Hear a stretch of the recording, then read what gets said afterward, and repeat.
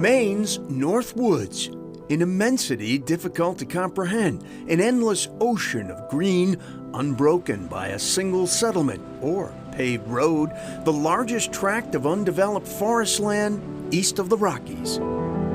It is just a giant mass of woods. The furthest hill you can see times 4. It's just forever, and it looks like this.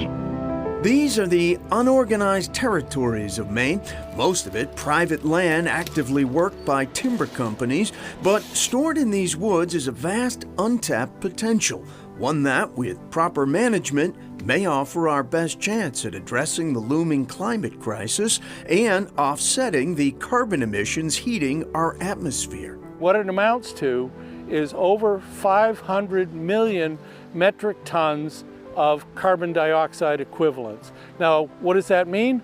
That means taking 1 million cars off the road for a century. So this is huge.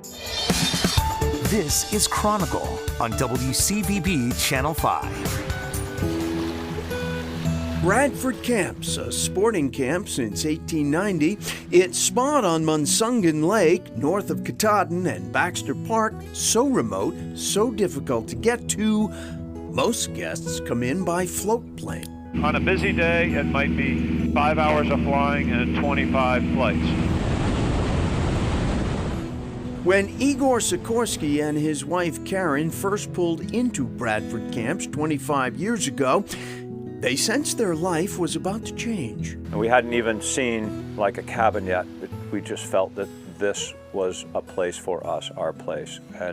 And do you remember at first we thought, wow, it's really remote. Maybe away. This is too remote. Yeah. They bought the place and have worked hard to be good stewards of this traditional way of living in the North Woods.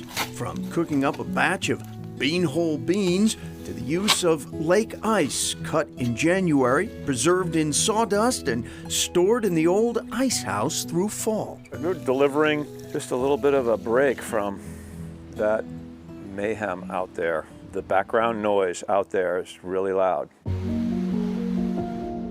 It's a peace and quiet that is guaranteed forever. You see, the sporting camp sits in the middle of 750,000 acres of protected land. Igor and Karen joined with the New England Forestry Foundation to help create the Pingree Partnership, the largest conservation easement in the history of the United States. And we happen to be sort of luckily plunked in the middle of it. If you manage the forest well, you can grow and harvest more wood, and you're going to benefit wildlife, and you're going to mitigate climate change, all at the same time. Alec Giffen has spent 50 years working on forest issues. Former Maine State Forester, Giffen's busy these days trying to convince landowners there's a better way to manage our forests. It is ambitious. It is ambitious, but hey, the world gets changed by having ambitions and vision. Giffen is with the New England Forestry Foundation, or NEF, the nonprofit behind the historic preservation of the woods around Bradford Camps. NEF has published a study, years in the making, establishing new standards for what they call exemplary forestry. It's a sustainable approach to forestry based on careful selective cuts to encourage trees of diverse age and species.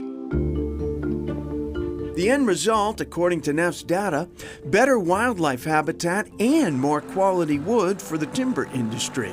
Most importantly, healthier forests will better mitigate climate change. Trees absorb carbon dioxide from the atmosphere. It means it's not in the air, it's in the forest. Robert Purcell, Executive Director of NEF. I think there's 31.7 billion trees in our forest right now. All of those trees are holding carbon. Purcell believes our forests could be much healthier and absorb and store much more carbon than they do now. He calls it the 30% solution. Which means 30% of the amount of reduction that we need to make in carbon in the atmosphere over the next 30 years, we can achieve by practicing this kind of forestry. That's very, very significant, very large. And frankly, I don't know how we're going to achieve our climate change objectives if we don't capitalize on the opportunity that forests present us to do that. Alec Giffen spent years analyzing data gathered from properties Neff has managed over the last 75 years to come up with the exemplary forestry recommendations. But for this longtime forester and certified mastermind guide, concern for the health of these woods is rooted in something more personal. You get embedded in the place. This is the place that I know and part of the world that I really love. I tell people that Maine is like an incurable illness. That once you catch it, you're done. And most of the land in the North Woods is owned by paper companies whose mandate is simple: grow wood fast and for as cheap as possible. Right, and the New England Forestry Foundation says the real challenge is to create economic incentives for the paper companies to practice more sustainable forestry. They could do that possibly through tax credits or carbon credits as well. We did reach out to the Maine Forest Products Council to get the industry's take on this, but we did not get a response back from them. Okay. Quality trees cut down, leaving less desirable plants in their place.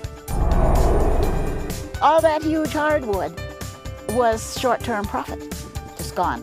Money isn't the most important thing in the world.